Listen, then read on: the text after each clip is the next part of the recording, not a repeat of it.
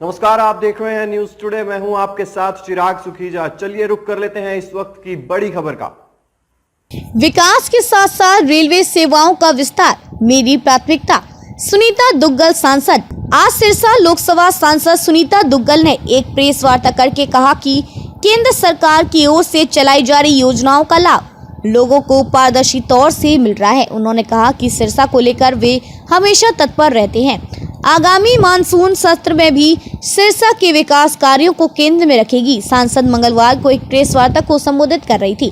उन्होंने कहा कि सिरसा के रेलवे के विकास के बारे में पहले किसी ने सोचा भी नहीं था। आज सिरसा रेलवे के मामले में अग्रणी बना है।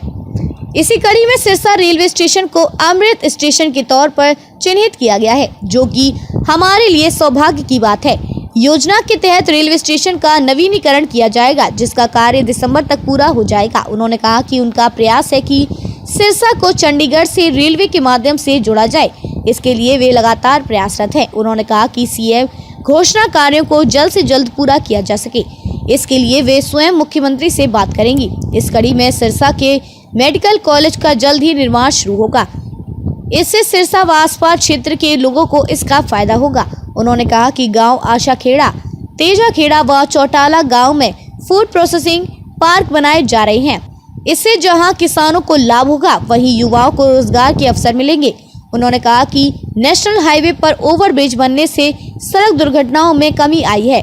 यह क्षेत्र कृषि आधारित क्षेत्र है, इसलिए उनका प्रयास है कि फूड प्रोसेसिंग पार्क की तरह ही कृषि से संबंधित इंडस्ट्रीज आए, जिससे यहाँ के किसानों व युवाओं को लाभ मिले। भारत, इसी के तहत महाजनसंपर्क अभियान जो हमारी भारतीय जनता पार्टी का चल रहा है पूरे भारतवर्ष में, उसी कड़ी में हमारे केंद्रीय गृह मंत्री आदरणीय अमित भाई शाह जी सिरसा की धरती पर पधारे और जिस तरीके से यहाँ की आम जनता ने, हमारे सभी कार्यकर्ता बंधुओं ने और खासकर अगर मैं ये कहूँ कि सभी हमारे मीडिया के बंधुओं ने भी जो सहयोग किया और जिस तरह से उसमें भागीदारी करी, तो मैं तहे दिल से आप सब लोगों का धन्यवाद करना चाहती हूँ। और इसके साथ साथ मुझे लगता है कि ये सिरसा के इतिहास में ऐसी रैली रही कि जिसमें किसी भी तरह का कहीं कोई भी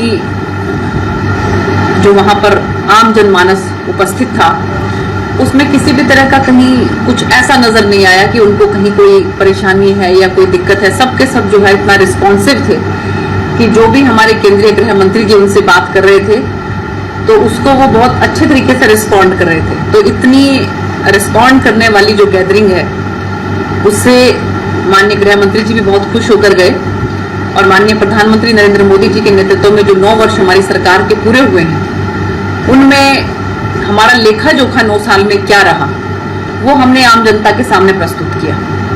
आप लोगों ने भी देखा होगा कि जो आम जनता से आप लोग प्रश्न पूछ रहे थे रैली के दौरान, आप लोग उनसे बार बार जो है इसके बारे में बात कर रहे थे कि आप जो है यहाँ आए हैं रैली में, तो क्या आप सरकार के काम से खुश हैं। तो आपने देखा होगा कि आम जनमानस के मन में भी यही बात है कि ये बहुत अच्छी सरकार है, बहुत अच्छा काम कर रही है और जो हमारे इलाके में, चाहे हम खालों की बात करें, सड़कों की बात करें, ये सब काम जो हमारे इलाके में हुए हैं उससे हम बहुत संतुष्ट हैं।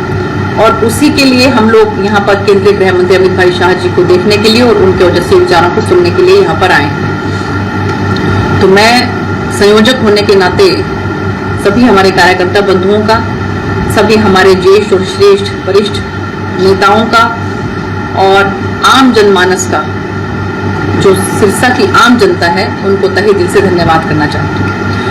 और इसके साथ साथ मॉनसून सेशन जो है वो अगले महीने में शुरू होने वाला है और जो ऐसे बातें हैं हमारी सिरसा लोकसभा की कि जो मुझे केंद्र में रखनी चाहिए, वो मैं आप लोगों को विश्वास दिलाती हूँ कि फिर जरूर रखूंगी और जो भी हमारे इलाके में विकास कार्य हो सकते हैं उनको करवाने की पूरी कोशिश करूंगी। जैसा कि हमारे केंद्रीय गृह मंत्री जी ने आप लोगों को बताया भी है कि 1513 करोड़ रुपया हमारे किसान भाइयों को जिस तरह से यहाँ पर फसल बीमा योजना के तहत मिला है, मुआवजे के तौर पर भी मिला है, वो पूरे हिंदुस्तान में मुझे लगता है कि सबसे ज्यादा बड़ी रकम है। और फूड पार्क के बारे में भी उन्होंने बताया कि आशाखेड़ा में तेजाखेड़ा में और चौटाला में, इन 3 जगह पर जो है वो फूड पार्क बन रहे हैं। उससे हमारे किसान भाइयों को लाभ मिलेगा और इसके साथ साथ हमारे युवाओं को जो है वो रोजगार भी मिलेगा। उन्होंने इसके साथ साथ बताया कि किस तरह से हमारे आदरणीय महामहिम राष्ट्रपति द्रौपदी मुर्मू जी, जिनका कि आज जन्म दिवस भी है, आपके माध्यम से मैं उनको जन्मदिन की बहुत बहुत शुभकामनाएं देना चाहती हूँ, कि उन्होंने सिरसा के अंदर जो मेडिकल कॉलेज है उसका उन्होंने शिलान्यास किया। बहुत जल्द जो है उसका काम शुरू हो जाएगा। 1-2 दिन के अंदर माननीय मुख्यमंत्री जी से मेरी फिर से मुलाकात होने वाली है और मैंने उनसे ये बात पहले भी कही है और अब भी मैं फिर से उनसे बात कहूंगी कि सीएम अनाउंसमेंट की जो भी काम है, जो योजनाएं हैं, उनको जल्द से जल्द पूरा किया जाए। और इसके साथ साथ जो हमारे मेडिकल कॉलेज है, इसके बारे में भी हम बात करेंगे कि अधिकारियों से भी बात करके उसको देखें हम कि वो कब और किस तरह से जो है वो जल्द से जल्द शुरू हो, जल्द से जल्द कार्रवाई हो, ताकि हमारे सिरसा के लोगों को उसका लाभ मिल सके। इसके साथ साथ जैसा मैंने आपको पहले भी बताया है कि जो हमारी केंद्र की योजनाएं हैं उसके तहत जो ये अमृत काल है, इसमें माननीय प्रधानमंत्री जी ने पूरे हिंदुस्तान के अंदर हम लोगों से पूछकर, लोकसभा के जो सांसद हैं उन सबसे पूछकर, उनकी लोकसभाओं में कुछ ऐसे जो रेलवे स्टेशन है उनको चिन्हित किया है जिनको अमृत स्टेशन नाम दिया गया है। उसके तहत जो है उनका जबरदस्त तरीके से जो है विकास होगा। उसी कड़ी में हमारा सौभाग्य है कि सिरसा जो जिला है इसका रेलवे स्टेशन जो है इसका भी नवीनीकरण होगा और दिसंबर तक जो है वो पूरा हो जाएगा। इसके साथ साथ यहाँ पर जो 3रा नंबर प्लेटफॉर्म है उसको भी बनवाने की हमारी कोशिश है और वाटर हाइड्रेंट, वो भी हमारी कोशिश है कि उसका टेंडर वगैरह हो गया, उसका सब पैसा वैसा सब पास हो गया है, तो बहुत जल्द जो है वो यहाँ पर वाटर हाइड्रेंट भी हमारी ट्रेन्स के लिए बन जाएगा। और जैसे ही हमारा वाटर हाइड्रेंट यहाँ पर बनता है तो ये देखिए कि यहाँ पर जो ट्रेन्स हैं उनकी गति बहुत ज्यादा जो है तेजी से के साथ यहाँ पर और ज्यादा आवागमन जो है वो हो जाएगा। तो मुझे लगता है कि उससे हमारी सिरसा की जनता को बहुत लाभ मिलेगा। इसके साथ साथ जो हमारा नेशनल हाईवे है उस पर जो ओवरब्रिज बने हैं वो भी एक बहुत बड़ी सौगात हमारे यहाँ की आम जनता को है, क्योंकि नहीं तो आप देख रहे थे कि बिना हाईवेज के बहुत ज्यादा एक्सीडेंट्स जो है इस रोड के ऊपर होते थे, लेकिन जब से ये हाईवेज के ऊपर ये ओवरब्रिज बने हैं उसके बाद से उन दुर्घटनाओं में बहुत ज्यादा कमी आई है। और अभी भी कहीं पर भी ये लगता है कि यहाँ पर कुछ एक्सीडेंट्स जो है वो ज्यादा है तो वहां पर हम ऑफिसर्स को जो है ड्यूटी लगाकर उसको ब्लैक स्पॉट घोषित कर देते हैं। जैसे हमारी हासपुर जो है, हासपुर की हमारी संघर्ष समिति जो है वो मुझसे मिली और उन्होंने कहा कि जी यहाँ पर भी बहुत सख्त जरूरत है कि यहाँ पर भी ओवरब्रिज बनाया जाए। तो हमने आदरणीय गडकरी जी से बात करी और उन्होंने सभी अधिकारियों को बात करके और ये सुनिश्चित किया, उसका भी टेंडर वगैरह सब हो गया है पास और बहुत जल्द जो है हासपुर पे भी चौक जो है वहां पर भी ब्रिज बनेगा।